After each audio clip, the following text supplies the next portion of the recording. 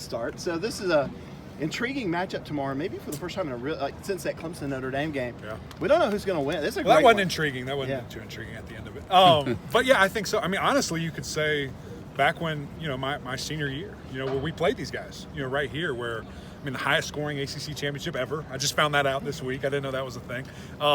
And really when you look at it, okay, Clemson had the one game where they were really hot for a couple after that Notre Dame loss. North Carolina has really been fading these last two.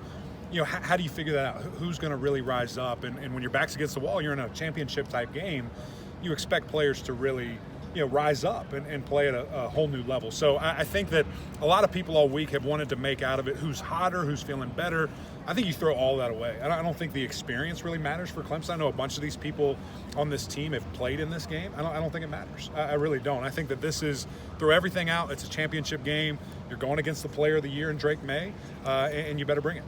What do you make of Clemson's turnover trend over the last 5 games? Have you ever seen anything like that? No, I haven't. I think since 2013 is the last time we saw this, and being a part of that team, it's interesting because when I played, there was such an emphasis on ball security from the offensive side, but also taking it away defensively. So for Clemson to be +2 right now, or -2, however you look at -2, it is fascinating, to me. And really, it's your main guys doing it. It's DJ, it's Shipley, putting the ball on the ground. So something that if this opportunistic defense of North Carolina, you get them a couple extra possessions, you give Drake May a short field, look out, it could be a track meet really quick.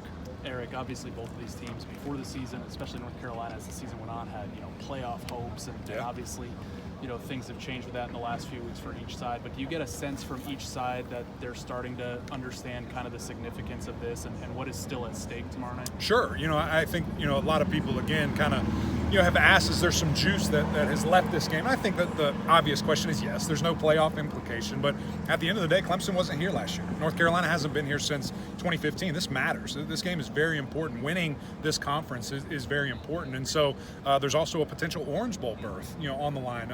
Back in the day, that was something that was incredible, to go play in that, and still is for the New Year's Six Bowl. So a lot on the line. I expect we see, just really great effort from both sides, and then who can go to the fourth quarter, who can get it in a heavyweight bout, where they're ready and they're rolling. Anything on the line between you and Trey this week? I guess what's interesting? Yeah, it's fascinating. I thought there'd be a little bit more of that. I was waiting for him to be here. I guess he's scared to show up. I don't know what's going on. Maybe he's a little later, Amy. That's probably what it is.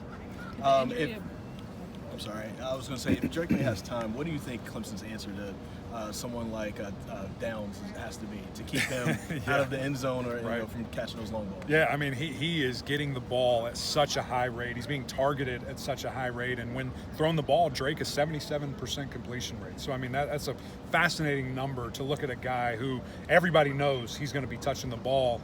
If he gets 15 or less targets, I think it's a bad day for Coach Longo and for that offense. I think you have to get him involved, have to get him the touches. And at the end of the day, the unfortunate thing for Clemson is it's not like Boston College and Zay Flowers where that's kind of it. That's the guy, okay, let's put a safety over him, let's be physical on the line. You have to know where everybody else is too because of all the weapons that this offense has. So at the end of the day, not saying that you're rolling the dice, they'll have a plan, but you cannot just scheme him up and give him extra attention or everybody else will just kill you. I want to talk more about the specific implications of the CFP, like in 2 years, when this game probably would matter a lot more. Absolutely. For the runner-up or just for both teams that's in there. For these two teams, if they're in the same position again in 2 years from now, how do you think that changes, I guess, the road to the ACC championship? Right. Well, what's interesting about it is a North Carolina team who very much so on the outside looking in is square in the middle of it. You win this game, you're in. You're in the playoff. The champions are going.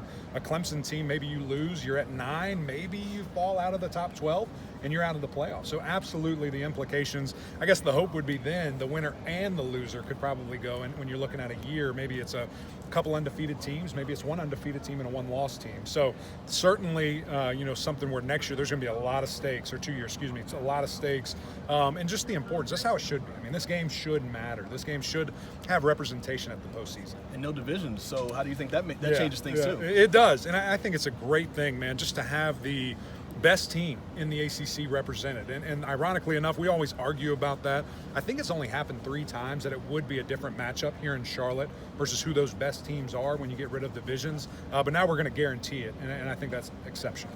With the injury to Bo Collins and then how Clemson's wide receivers fared last week, do you think it's possible we might see more Adam Randall, even Cole Turner, or even some 21 personnel? Yeah, something, anything. I think that at the end of the day, the biggest frustration from Coach Sweeney, the staff, has been the drops and been let's get some help for DJ. Let's get some help from the wide receivers. Make those plays. Offensive line block a little longer. There's a guy wide open downfield.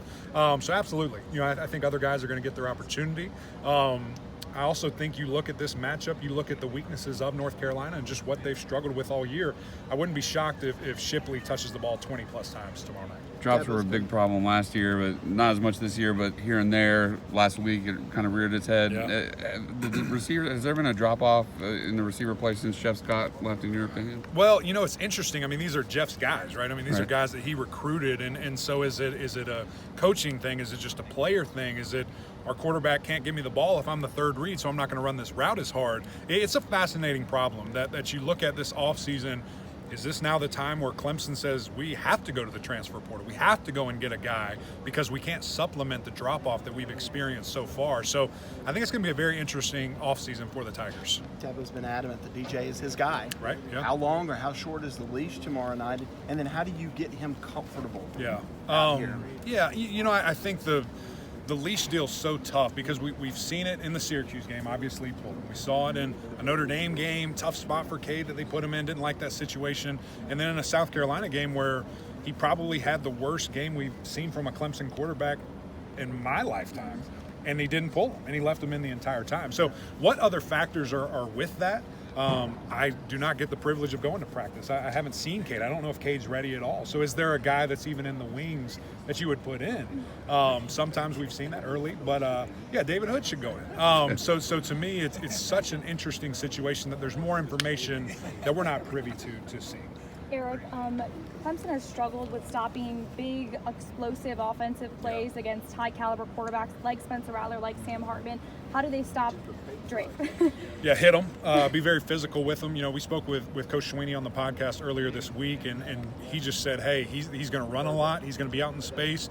We have to let him know we're here. We have to be physical and get to him before he can throw the football. It's going to be interesting to see the approach from Clemson. Do they, you look at these last 2 games for North Carolina, you saw a Georgia Tech team that schemed them up and blitzed a lot and really won matchups up front with their defensive line. Then you saw a North Carolina State team that put 8 guys in coverage. So Clemson has kind of 2 options there. I would think that they have better athletes than both of those schools. What do they want to do? How do they approach that? Will be fascinating to see the decision they make. How do you envision North Carolina schematically defending Clemson? Well, the reality is they've had not a good defense all year, and it's been opportunistic, which is great, and they've been able to really capitalize on some turnovers and make things happen. But at the end of the day, you look statistically, they're at the bottom of the conference in a lot of those different things. What I would do is load up the box, shut down the run, and force DJ to throw. Let me see that you can do that. Prove it to me. A guy that just threw for 28% can beat us if we put 8, 8.5, 9 in the box, whatever we decide to do with looks and different things. Do not let Will Shipley just beat us. We have to know that's going to be a go-to. He was first team All-ACC at 3 different positions. I don't know if that's ever happened. So he's the guy. Let's prove it. Let's see that DJ can throw. Coach Sweeney said the other day he's been real pleased with the offensive line this season. Yeah. Lost Marcus Tate, of course, Right. but McFadden got the ACC award, and great job by Putnam moving over to center this year. Just curious what your assessment's been. Yeah, it's been fun to see those guys, and it's, of course, having the connection that I do and playing there to see the level that they've played at. You can't help but be excited about Blake Miller, and I know a lot of penalties and some silly things at times, but I think that unit's really getting better and a strength going into next season. I think they'll really lean on that offensive line. The defensive line maybe hasn't been as star-studded Sure. and amazing production-wise, but what have you seen from them this Yeah, year down the stretch especially? Yeah, I think a lot of injuries, which sucks. Not having guys on the field at the same time, and maybe at times maybe a little bit of reading your own press clippings when effort is being questioned. I don't think I've heard often Coach Sweeney calling guys out by name in press conferences or after games, and he's had to do that a couple of times this year. So a little bit of that you know, everything can go away in a championship game. Everything can go away in a potential Orange Bowl run. So would love to see them take up the challenge, rise up to the challenge. And, you know, they're going against a very good North Carolina offense. How can you limit that from a defensive line perspective? Which Miles Murphy has a better game? Well, I think Clemson's probably. Absolutely. We'd love to see those guys step up too. Thanks, Eric. Thank you. Thank you, Appreciate Matt. it. Appreciate it.